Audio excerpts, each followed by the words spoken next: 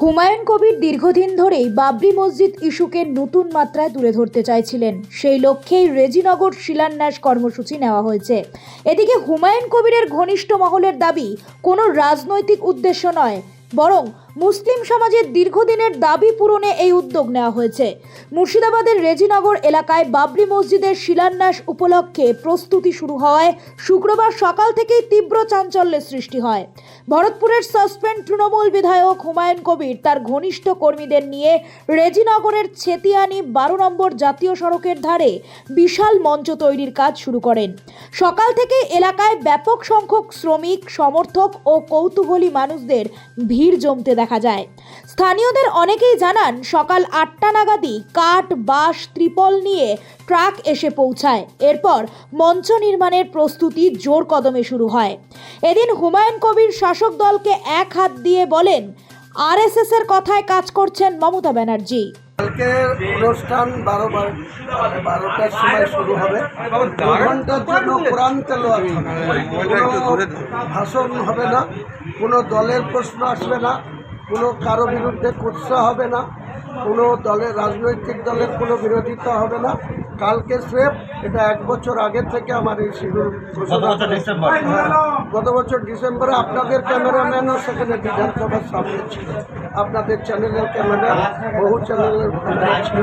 প্রশাসনের তরফ থেকে কি কোনো রকমভাবে আপনি যোগাযোগ করেছেন? মানে একটা অনুমতি নেওয়ার ব্যাপার থাকে তো, যেখানে অনুমতি দিক না দিক আমি ওসি রেজিনগর, আইসি বেলডাঙ্গাকে মেল করেছি।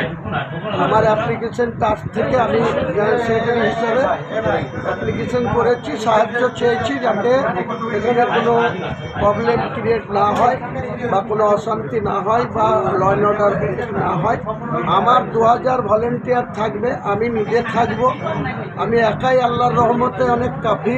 আমি 10,000 লোকের সামনে দাঁড়িয়ে থাকলে 10,000 লোক আমার বাইরে যায় না, আমি যা বলি তাই শুনি।